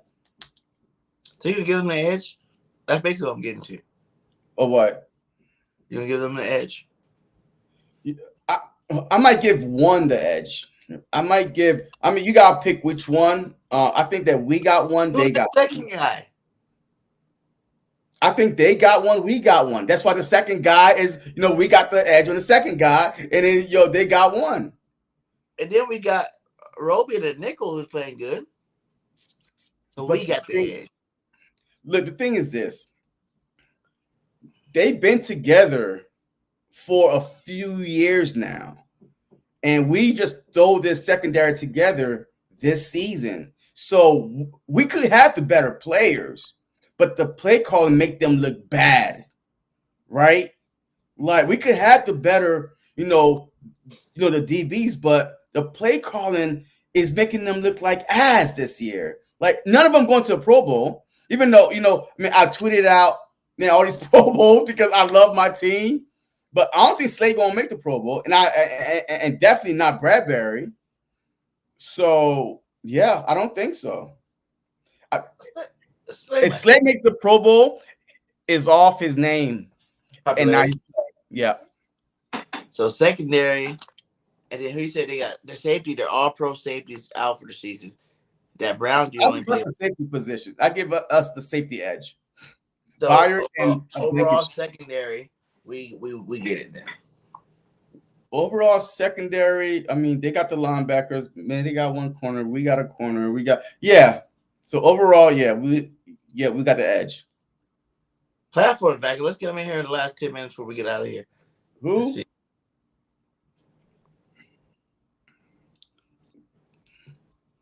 Bro, yo, only got like 10 minutes left. What's up? What up, buddy? Exactly. Where you been? You came in and you left. Man, I was driving. My apologies to everybody. I was literally driving. I tried to come in and it wasn't really working out that good. So I was like, let me just get off before I die and don't get to see the game. Well, we're finishing up. We gotta how much of the the breakdown you heard of the, like the offensive line, the defenses, and stuff like that we was talking about?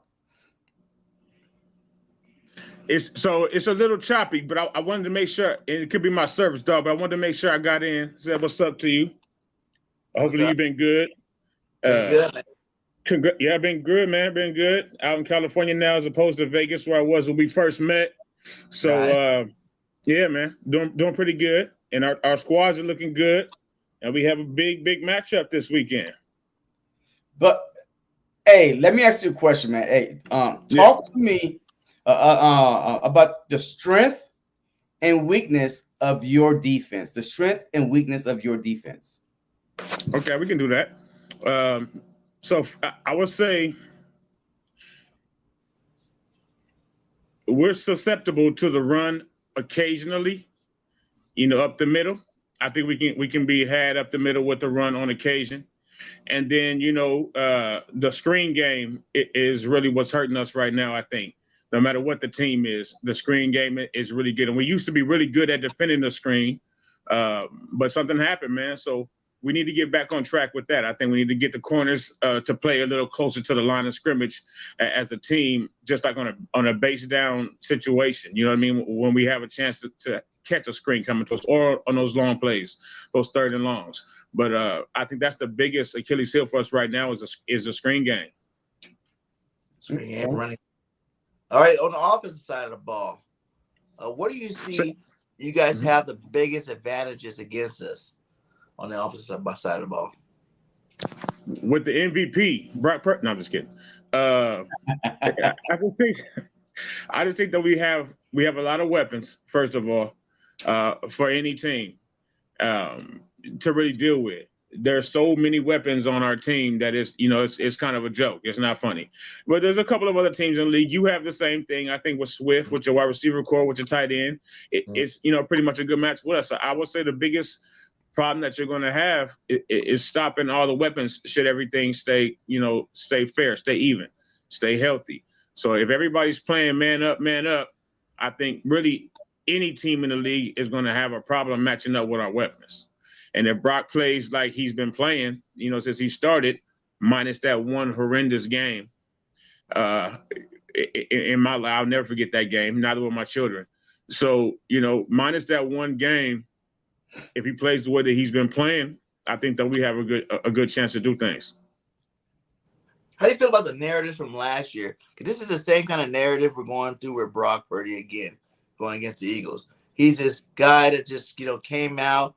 He's been winning these football games, he's been playing great, but then he played the Eagles and we took him out. How do you feel the narrative is spun this time around in this game? Well, we 2-point favorites right now, right? So I think the narrative on Brock is slowly changing. And I'm gonna be honest, like one of my sons' name is Trey, right? So I was driving the Trey train. And then of course, quite as it's kept, a lot of niggas wanted a black quarterback. A lot of black men wanted to have a black quarterback. I was like, damn, for real? My son's name and he's black. Obviously, it was like a match made in heaven for me personally. But Brock is a better quarterback than Trey Lance is today. Period.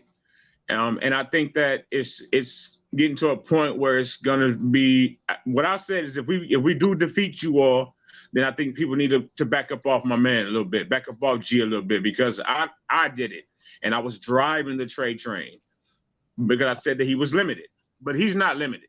He's not as limited as people wanted him to be, or as people have said that he is. So I think that the main thing is that he was drafted late. He looks the way he looks, and people don't want to give him the credit that maybe he deserves. We had James here, we had Trey here, we had Blaine Gabbert, and we had such and such. Nobody has ran this offense outside of Matt Ryan, I believe, the way that Brock Purdy is running the offense. So what more can you say? So, hey, that's a good question right there, BG. Hey, put that one question up. So, do you believe your offensive line can hold up against the Eagles' defensive line? Dog, that's the reason why he ended up in the ground in the first place. All right. So, because like yesterday in the game or the other day in the game when you were playing Buffalo, I think I was listening to it and they were like, I think Buffalo punted at some point in time or something. I can't even remember what the hell they did.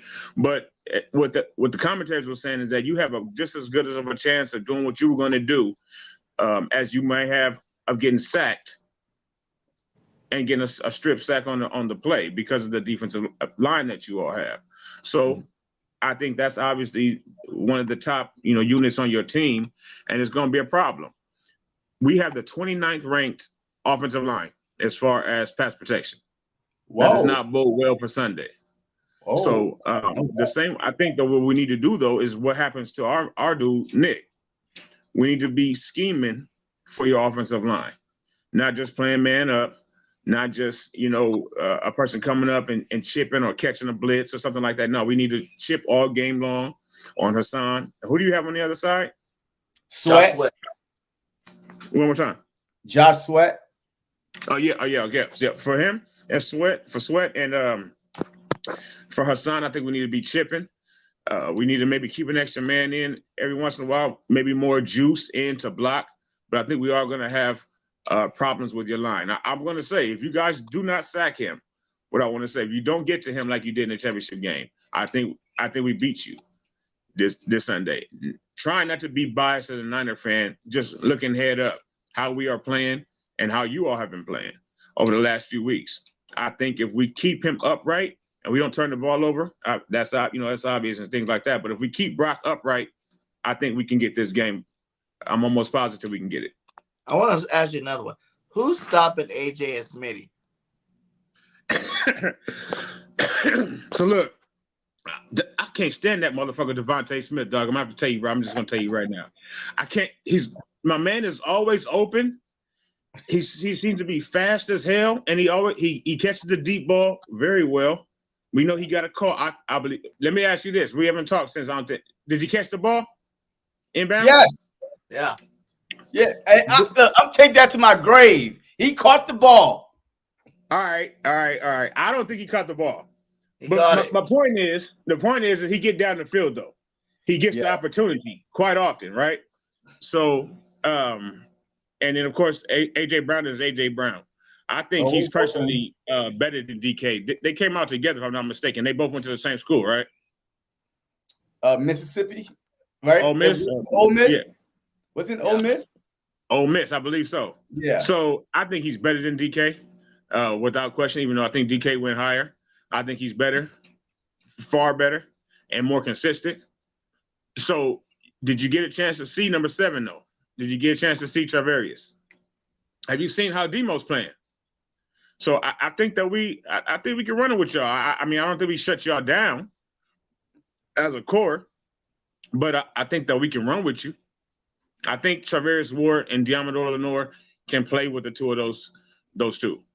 Okay, so I think you're right that we had to get to Brock Purdy, only because yes, our secondary can be had. Teams been cooking us all year. I'm not gonna lie, mainly because the continuity is not there, and we lost some key defensive. Yeah, you lost some key players, and then we had people hurt all season long. Besides the last 3 weeks, we've been having 8, 9, 10 different combinations in that secondary, but the biggest difference this year from last year is Jalen Carter and Jordan Davis up the middle. Last year we had Hargrave and Cox, But Carter, like, who is going against Carter and who's going against Davis in the interior?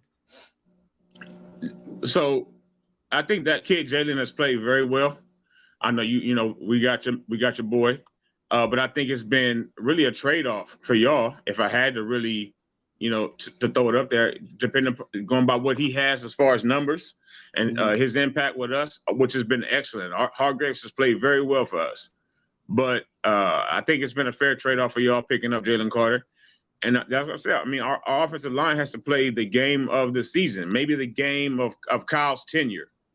Our offensive line has to play the game of his 7 years that he's been here to keep y'all off Brock's ass.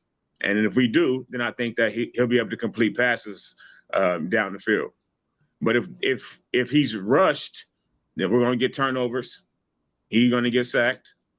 He's not the biggest dude, so he may get – y'all already injured him last season. So, I mean, there's already a precedent for it. So if he doesn't stay off his ass, I think we're gonna be out on our ass. But I mean, with the coaching staff, I think they're ready for it. I think we scheme for it. Hopefully it works. But I know that they're not going to come in there blind and just let your defensive tackles and defensive ends run through our offensive line. I'm hoping that that's not the plan that we have. Yeah. Look, hey, I agree. The Hargrave been good. How is he holding up against the run? I know on our team, he wasn't stopping the run very well. I'll say fair. I'd say fair. He seems to be a much better pass rusher, in my opinion, than he is a run stopper at DT, even. You know what I'm saying? He seems to be a pretty polished pass rusher. But as far as stopping a run, I don't think that our line is doing that with consistency and well enough, really, in any game, unless we get up. If we get up on teams, like any game in any team, then the team's not running. So that's a different situation. You know what I mean? Or they're calling different types of run plays. But as a rule, I don't think we're still playing the run the way we played it last year. Definitely not the way we played it in 2019.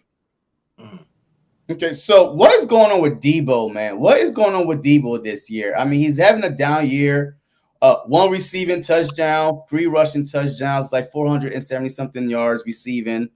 Aiyuk, it seems like that he's the number 1 wide receiver over there, or am I tripping? You're not tripping. 49ers fans, the faithful, believe Aiyuk, the real ones, the ones that use their brain and shit, you know, think with their brain and not their heart. We all know that Aiyuk is the number 1 on our team. He's just not the number 1 paid wide receiver on our team yet. And I'm not 100% positive that he will be. But as of today, Brandon Aiyuk is the best wide receiver on our team. I believe he's one of the top. I give him top 7 in the league right now. It's just as a wide receiver, and he blocks like a son of a bitch. You know what I'm saying? So what else can we ask of him? He has speed. He's not really tall, but he has considerable length. Yeah. You know what I mean? So thank you, Miss T. I appreciate you. Salute. Yes. Yeah, I'm trying. You know what I mean? We try to keep it fair on the platform. We keep it fair all the time. You know, I hate every other team, all 31 other teams. I hate you, but still, we respectful. We keep it respectful. So, but yeah, no. I just think that first of all, Christian is blessing us. Okay, Christian blesses us every Sunday, damn near. So I think he's just not as needed, to be quite honest with you. But then you have a game so we have the last game where he had all those catches.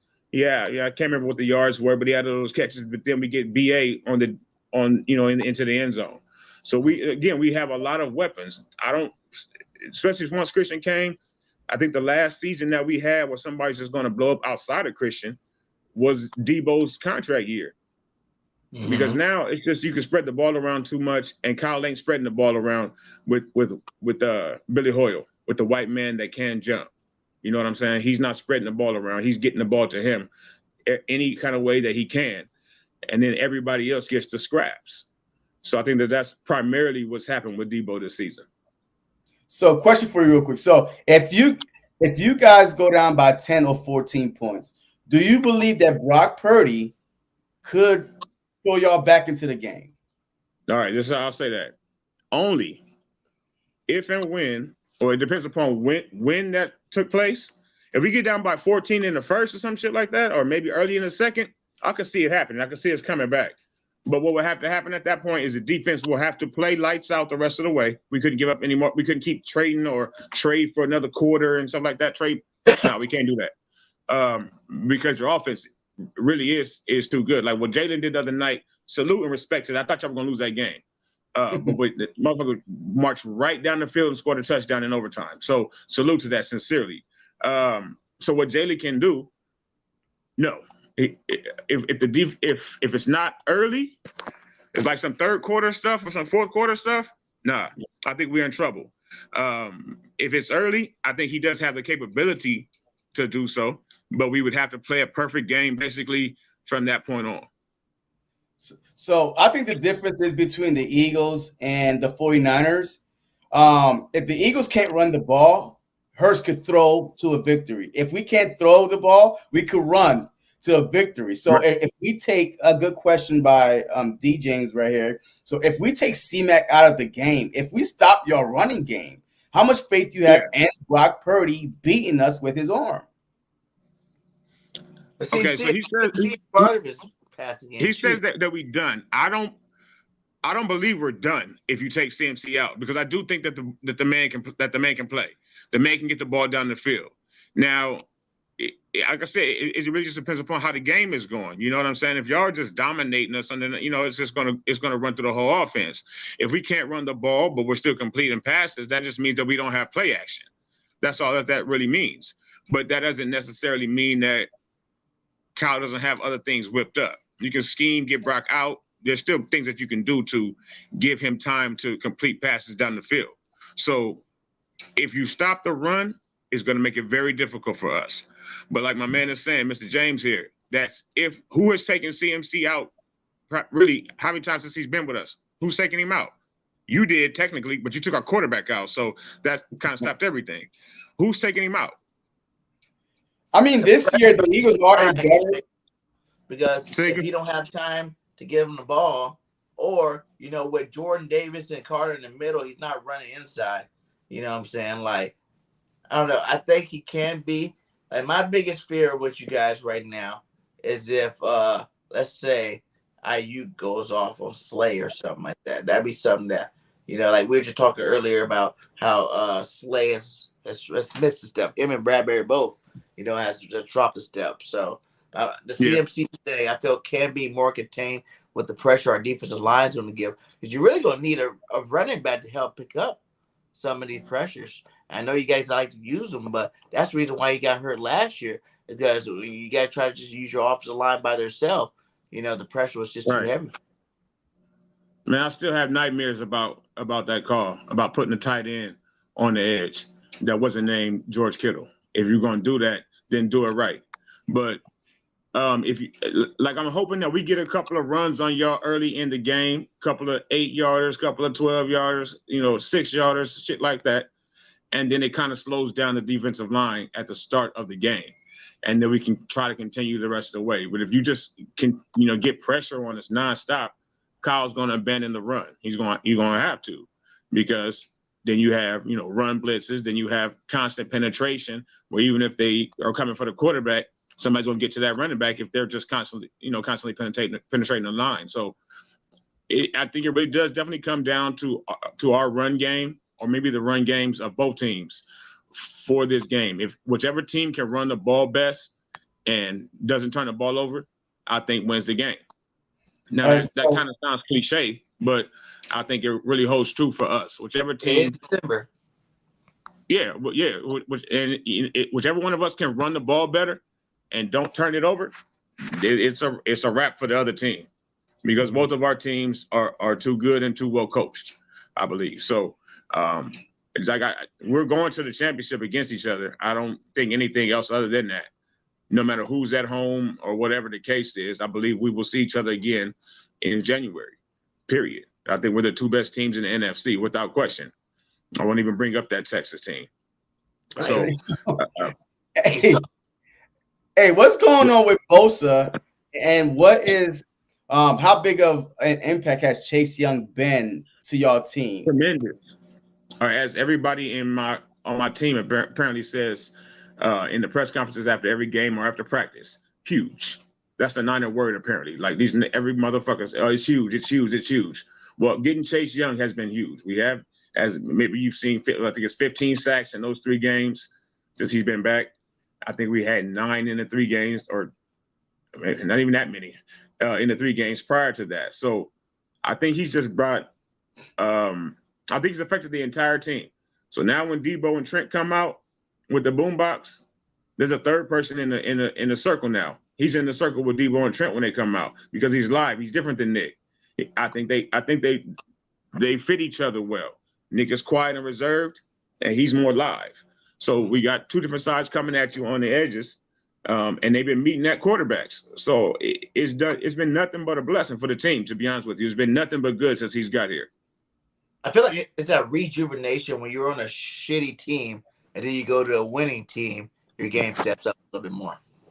Look, man, so with Christian last year, I joked with my 2 sons. We have a running joke about how happy Christian is now. And I said the same thing about Chase Young. I was like, I can't imagine how happy he is to be out of Washington and to be on a team that's 8-3. To look in the locker room and see future Hall of Famers, more than likely, just tons of Hall of Famers and all pros in the locker room. So, I mean, and I think that, like you said, that rejuvenates you as an individual because you don't like going to your fucked up job. I don't, or nobody likes going to some messed up job that they don't like every day. That breaks them down. That no matter how much you're getting paid, you feel like you're not getting paid enough to deal with what's going on at your job. And I'm almost positive that's what he felt the second he stepped in the building.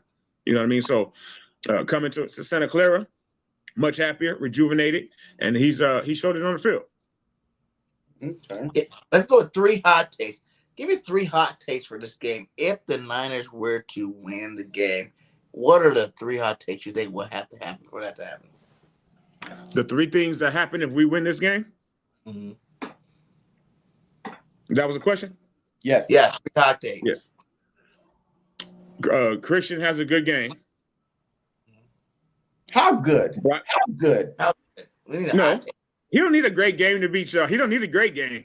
So we have everybody else, in my opinion. We have all them other players. If Christian gets 90 yards rushing, it's a wrap.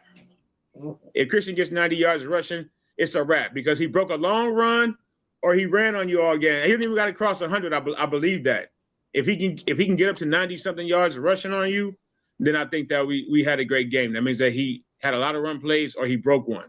So I think Christian needs to have a good to great game. Brock Purdy needs to have a fairly clean uniform. That's all I'll say. Brock Purdy has a fairly clean uniform. And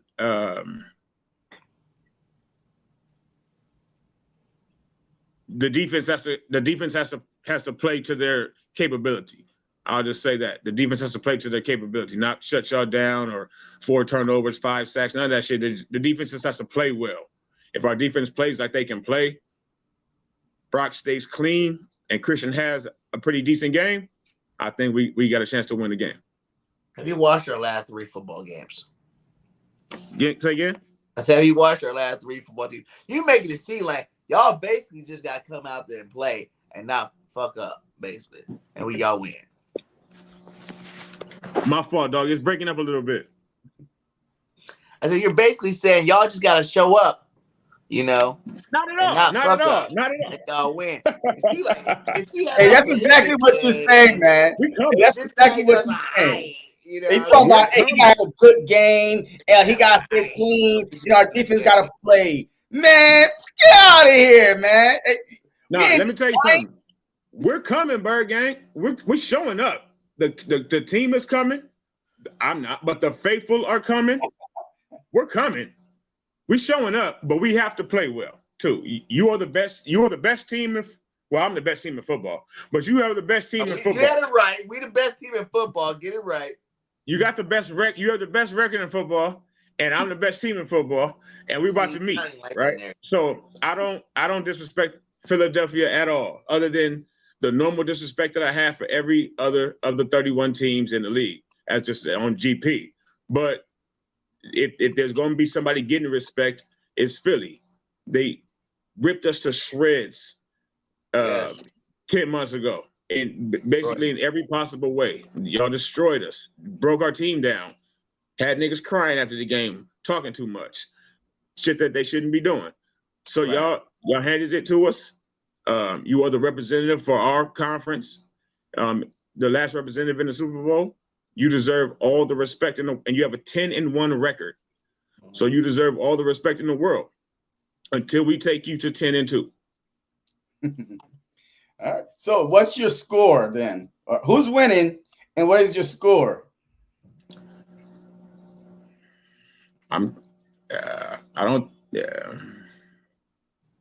It's really, well, I believe we're winning the game. Okay. But as far as the score, it's always so difficult. You get disrespectful when you put scores in, either to your own team or to the other team. Because I want to say like a 24 or 27 to 21, but then I want to say, damn, do I want to say that y'all gonna score 3 touchdowns on us? Do I want to say that we're gonna score on you 5 times in the game in your house? So I'll go 2017 Niners. 2017. Wow, that's a respectable score. I like that. Yeah. What's your hot take, JC? My hot take is this. Hey, Brock Purdy will be sacked 5 times. Yo, we coming. Negative. Hey, just like Negative. y'all coming. Hey, Reddick. Hey, have you seen Reddick? He was like, look, hey, all this boo-hooing and all this crap, lace him up. Enough talk. So he's coming. Reddick is coming. Yeah. Salute. Yeah, the game is in 5.1 days and shit. You dig what I'm, or 4.9 days is a shit. You know what I'm saying? It's almost there. It's coming. Yeah. It's Wednesday in the morning. It's Wednesday in the morning. It'll be 4 days away. I don't want to hear any more talk from Deebo, from Hassan talking about lace him up, get on the field. I was like, oh shit. I put it on Twitter yesterday. I was like, I seen that like on Instagram. And I was like, damn, no, he didn't say that. My son sent me that. And I was like, he didn't say that because he would have said that Sunday Night Football, fresh off the Bills' ass. He wouldn't even be talking about the Niners. I said, nah, son, he didn't say that. He was like, no, Dad, it's real. He sent me the shit. Then another guy sent me the audio, and then I really heard him. Yeah, exactly. My guy. All right. This is a heated rivalry already, right? But I feel like that with Carter and Davis, yes, y'all going to be focused on Reddick and Sweat, but that interior is ferocious. It's real. And that's why we were the #1 run stopping defense until I think we might, or the Lions might be. So we was right there the whole season, as the #1 defense. Nobody rushing over 60 yards on us, blah, blah, blah. So that's because of the rotation we had within the interior with Fletcher Cox, with Carter, with Minton Williams, with Jordan Davis, with them boys. So, but I feel like that Brock Purdy, he's not no Josh Allen. He's not, because Josh Allen, we was getting to Josh Allen, but he was escaping the pocket. And he had Diggs, and he had Gabe Davis, and he had Knox. He had weapons. It wasn't like he was throwing to the Giants wide receivers, right? The Bills had some weapons, right? And Josh Allen extended those plays because we was getting to him so fast. So I feel like that Brock Purdy, he is a on-time quarterback. And if he got to extend the play a little bit, it's going to be like second guess or whatever it is. So that's why I said I feel like that we're going to get to him because he's not going to make a big mistake by throwing the ball into a bad area. So that's why I said 5 sacks. We got 5 sacks on Dak Prescott. You know what I mean? So, and their offensive line is good. You know what I mean? So it is. So I feel like mine is not. My line is not. So I'm hoping for scheme, man. I'm hoping for scheme. I'm hoping for turnovers. What I don't want is just drop back and wait for and try to block your D line all day long. That I don't want for this game. Yeah. So that's one of my hot take. My second hot take is that the Philadelphia Eagles is going to run for over 200 yards. We're going to control the clock. We're going to control the clock. We're going to control the clock. We're going to run. Fiction can be fun. Fiction can be fun. And it'll be right up the gut because Hargrave sucks at stopping the run. What year is this? 1989? When have you seen the 49ers allow 200 yards rushing? Look, man. Hey, look. This is hot takes, man. Hot takes. I'm going sorry. You're hot. right. You're right. My fault. I'm going hot. Man. I'm My not, bad.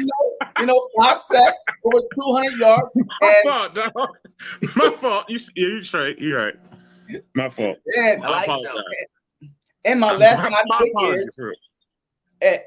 my last hot take is Bradbury is going to have a pick 6 to the house. Bradbury. Deebo called him trash. This was going to happen. He about to see and show him how trash he is. Pick 6 to the house. Hey, so who does? Yeah, I know who's going to be covering. Which one of my receivers he covers, or does he float or what? He can cover the second. He gonna cover Deebo or Brandon. I don't know, man, because Bradbury don't travel and Slay don't travel. Yeah, So yeah. it's just, who? I mean, it depends. And then the slot is Roby. It is in the slot. He's been playing pretty well the past couple games.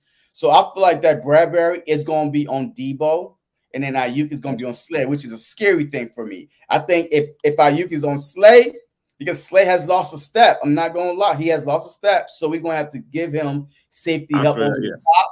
I see right? that too. And then, I see Slay on Deebo and Bradbury on Aiyuk. Yep. yeah. So and then with Bayard being there now, you know what I mean? Kittle, hey, he's very good in playing tight ends. Bayard, you saw how he blanket Kelsey. Like, he's a very smart all-pro safety that we picked up a few weeks ago. So, so I think that, I mean, this is going to come down to Brock Purdy trying to fit these throws into some tight holes or trying to extend some plays. And that's how teams are able to throw on us, by extending the plays, and then all of a sudden the middle. We remember I'm saying that the middle is going to be important because Kittle is going to stay right in that middle and feast unless Byers take him away. I don't know exactly what y'all's O is, but y'all know the crosses are coming. The middle, the slants, the passes to the middle of the field, and the crossers are coming. Yeah. So if the corners are trailing, it's night. What did you say your score position was, JC?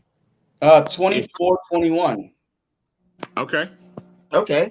Yeah, my hot take is. You thought my hot take was crazy. Listen to this. AJ Brown's about to go for $160 and get back on track to what AJ Brown does. Because I don't care about no war, dude. He's not shutting down AJ this game. And Jalen and AJ about to tear him up. You know what I'm saying? He might have been playing good all year, but I don't buy it. You know, I know AJ's not that guy who just keeps shutting out. It's really, he hasn't been shut out. He's been just letting the Smitty get his game in. And now Smitty had a couple games. It's time to go back to AJ. AJ's gonna have a $163 touchdowns on that Warriors head. My second hot take. The defense will cause 4+ turnovers. That's fumbles, that's interceptions, that's just getting to the quarterback, laying the smack down on their candy asses like we did last year. Because I think it's the same setup from last year to this year. And I know you guys play good against all these other teams, but I'm tired of the hype. You guys your players been talking smack all off season long, and our defense is ready for it, and they're going to be ready for it again. And I'm not going to say we're going to hurt Purdy this time, but this time he will feel all those sacks. He probably wish he was hurt, you know, because last year he'd have to feel all the sacks we brought to y'all because he was hurt out there so early in the game. But this year he will feel all of them, and he will turn over that football, and we get 4 turnovers. And finally, Jalen Hurts will have a total of 5 touchdowns again, 2 rushing, 3 passing, like we did against the Bills. Running it back one more time because Hurts is him, and he is Hurts. So those are my 3 hot takes. The game? I appreciate him. The score of the game will be 31-17 Birds. Okay? It's like, you gotta give some respect to our name. I don't even like the fact that we are underdogs at home when we got a 10-1 record. I know you don't. That's disrespectful. And it's time to put some respect on our goddamn name and blow y'all out. See, a lot of things don't work well against you guys this game. It's the disrespect that keeps coming towards us when you're playing us. You know, that's very bad for y'all. Not for us. That's bad for y'all. Now we heated. Like, we 10-1, 2 games above anybody else in the whole NFL, and they gonna put us as underdog, 3-point underdogs too. At I home. think you get 2 for being at home, At right? home. At home. That's Hey, disrespectful as hell, for one. For Vegas 2, don't miss. the weather. California boys coming over here. Now, when y'all beat us, it's usually earlier in the season when we play in San Fran. But late in the year in Philly, cold weather, I think that's going to play a huge point in this game for y'all. I don't think it's going to make a bit of difference. Look, the league has seen us go into everybody's house that's cold and play up. Win or not, the elements, unless it's raining, which we can't, and we're in Santa Clara, unless it's raining. It's going to be raining here. Is it going to be raining? Yes. Yeah. If it's raining, it could be ugly. But if it's cold or snowing, I think we come in there and beat you because we're just going to run the ball and stop. And our defense travels everywhere. But we have like the best run stopping. Defensive run game travel. But our defensive run game, our defensive run stopping, you know, Jordan Davis don't let nobody run in that football on us. It's going to be a heavyweight fight for real. I think it's going to be a game where the players are sore afterwards. Yeah. It's going to be hard hits for real because despite any personal or animosity and all that shit that's building up between the teams or the fan bases or whatever the case is, the players, AJ Brown, and Deebo are like best friends apparently or some shit like that. So, but some people obviously aren't. No matter about all of that, we are the 2 top teams in the conference, and the winner of this game, we're favorite with 2 games more lost than y'all. We're the favorite. Y'all are 10-1. Y'all were in the Super Bowl last year. The winner of this game is automatically going to be the favorite in the league, in the NFC, to go to the Super Bowl and maybe to win because the AFC is down, because the Chiefs are down. So the winner of this game is going to be crowned, I think, by the media, by fans, by the league, all that bullshit. So this is going to be the game of the year. And like I said, and my kids been saying it since getting one. My oldest son been saying it since before the season, since the shit came out, the schedule came out. He said, "We win that game in Philly, we go to the Super Bowl. If we, then that's going to be our hardest game of the year. And despite our 3 losses, I still believe that your game this weekend with you and us is our toughest game of the season." Do you know that the Philadelphia Eagles have played 3 game of the year? Like, we played a game of the year against Dallas. We played a game of the year against Kansas City. We played a game of the year against Buffalo last week. And now this is about to be the game of the year. But the difference is this. Being 3-point underdog at home, no other team feed off the underdog mentality than the Philadelphia Eagles. So that's like, it wasn't pissed off already, but just being underdog and being 10-1 and you are underdog at home, yes, y'all good, but that extra motivation might be just enough to push us over the top. No. I definitely think. Let me ask you two something. Do you? I think it's motivation for sure for the team. I was really taken aback, to be honest with you, when I saw it. I was like, how? Really? If maybe we were 9-2 or something, or obviously the same record as you, 10-1. Like, but with 3 losses with the teams that we lost to, I was like, how?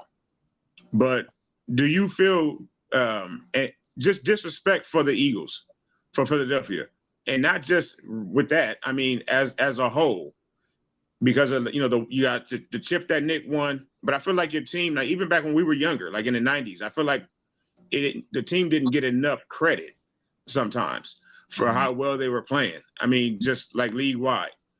And there you go with us coming in as the favorites right now. So you feel any level of disrespect, or does it not matter?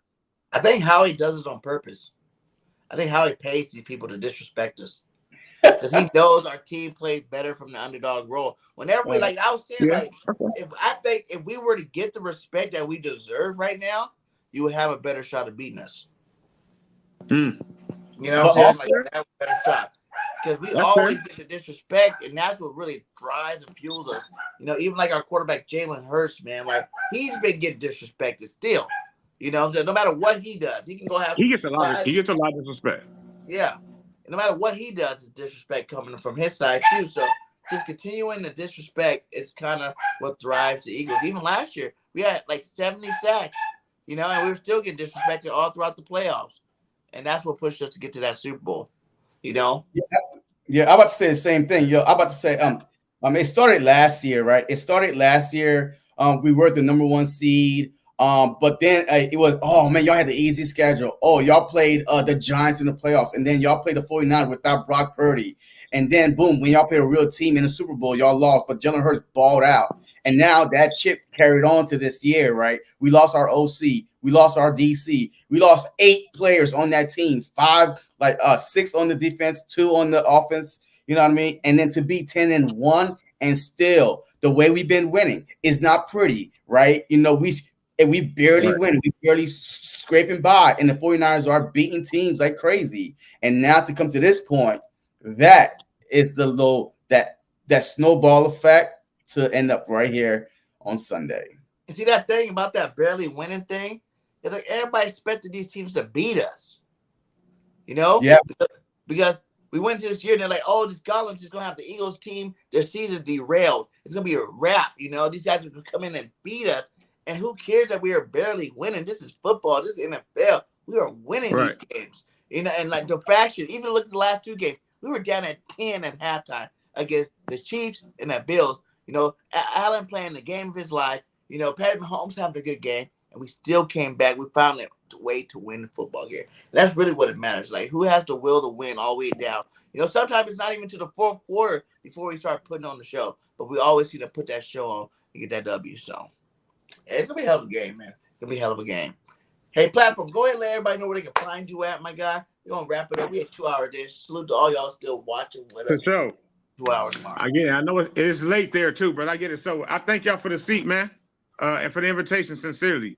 I'm going to be live during the game. I'm going to live stream, watch along during the game. So I know y'all might be doing the same. So I'm going to see if I can try to maybe hop in your live somehow, at least get in the comments. Maybe y'all can stop through, get your phone in your computer, all that shit. You know what I'm saying? So you get the multi-access. So I'm going to try to do the same. I'll see y'all on Sunday. I'll see y'all on Twitter. And I hate your coach, and we're going to beat you. All right, JC. Any final word, my brother? Yes, sir. No, man. Hey, look, it's going to be a hell of a game, man. I really think there's only 3 good the top 3 teams in NFC, Eagles, 49ers, and Dallas, right? But we about to see what Dallas is about, right? They're about to play Seattle, Eagles, Bills, Dolphins, Lions. So all those teams are teams that will be in the playoffs or pushing to make the playoffs, and the Bills. So we about to see, you know, we are better tested. I could say that for a fact that the Philadelphia Eagles have been better tested. 5 wins against teams above 500. So, but we know, you know, what we're about. But at the end of the day, it's going to come execution, coaching, and mental errors, man. No no holding penalties, just jumping off sides. Yeah. You know, I mean, just stupid penalties and coaching. What coach could do in-game adjustments? Because this game, if you try to wait to the second half to make adjustments, one way or the other, a team might be getting blown out. So you got to make in-game adjustments. You know, so they're not with the second half. So, but it's going to be a hell of a game. It's going to be a hell of a game, man. And you're 100% right. This is not a game where I think a team can, okay, we're going to go into half and we're going to make a bunch of adjustments and they're down 10 at that point or 13 because either one of us is going to come out, I think, and it's just going to get added on. I don't think this is going to be a comeback game. I think either one of us does blow the other person out or it's a battle right to the end. But I don't think anybody can come back. That's what I'm not looking for, a comeback on the other team from either one of us. Well, because if one of us gets up, we play too well, and our coaching is too good. We play too well, our players are too well. I don't think it's going to happen. Like this guy said, rain, sleet, or snow. The Eagles will go, baby. And I only got to say one thing. As long as Jalen freaking Hurts is playing football on that football field, we ain't got no worries. We ain't got no worries. I'm telling you, I don't care how we win. Jalen Hurts, 7 out of 29 games. As long as he plays, I say we got a chance to win. I'm not going to say it's going to be the prettiest thing. I'm not going to say it's going to be great, but we will win this football game. So like I always say at the end of my videos, fly, Eagles, fly. Go Birds. Look to you. We out. Don't fly too close to the sun, man. You're gonna get burned. Never. Yo, what is going on, everybody, man? And welcome to the very, very, very, very first